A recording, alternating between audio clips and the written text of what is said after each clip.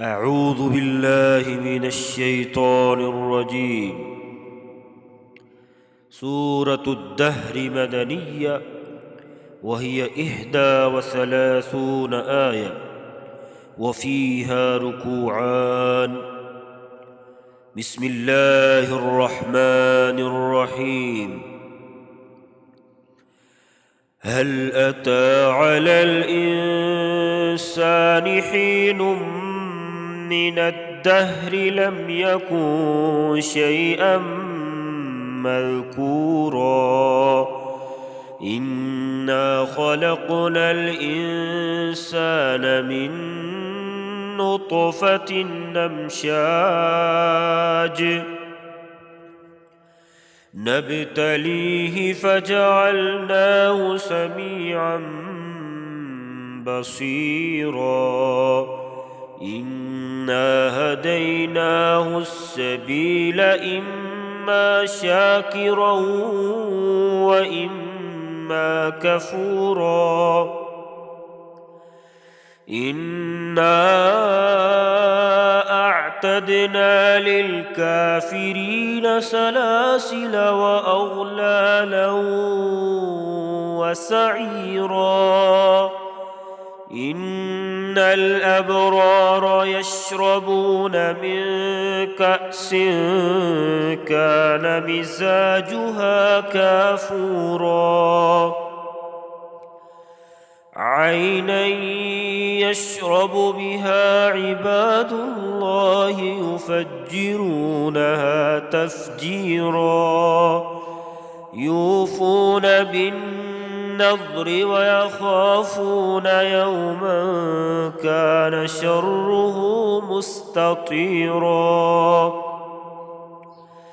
ويطعمون الطعام على حبه مسكينا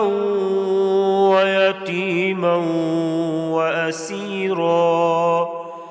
إنما نطعمكم لوجه الله لا نريد منكم جزاء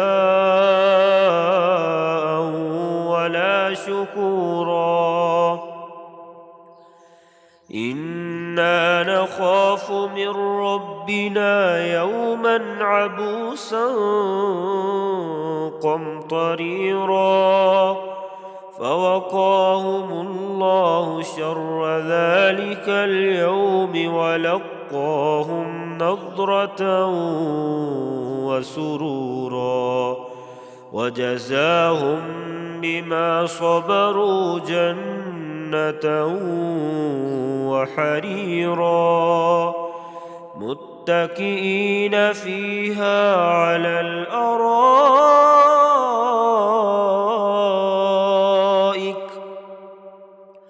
لا يرون فيها شمسا ولا زمهريرا ودانية عليهم ظلالها وذللت قطوفها تذليلا ويطاف عليهم بآنية من فضة وأكواب كانت قوارير من فضة قدروها تقديرا ويسقون فيها كأسا كان مزاجها زنجبيلا عينا فيها تسمى سلسبيلا ويطوف عليهم ولدان مخلدون إذا رأيتهم حسبتهم لؤلؤا منثورا وإذا رأيت ثم رأيت نعيما وملكا كبيرا عاليهم ثياب سندس خضر واستبرق وحلوا أساور من فضة وسقاهم ربهم شرابا طهورا إن هذا كان لكم جزاء وكان سعيكم مشكورا إنا نحن نزلنا عليك القرآن تنزيلا فاصبر لحكم ربك ولا تطع منهم آثما أو كفورا واذكر اسم ربك بكرة وأصيلا ومن الليل فاسجد له وسبحه ليلا طويلا إن هؤلاء يحبون العاجلة ويذرون وراءهم يوما ثقيلا نحن خلقناهم وشددنا أسرهم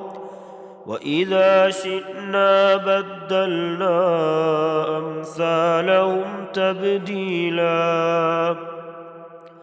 إن هذه تذكرة فمن شاء اتخذ إلى ربه سبيلا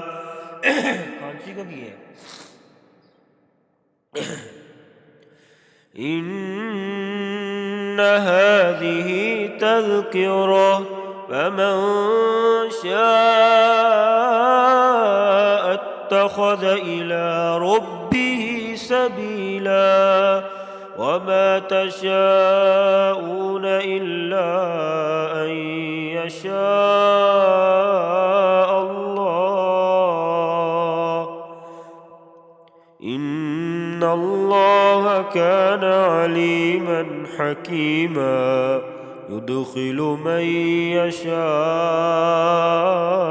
في رحمته والظالمين أعد لهم عذابا أليما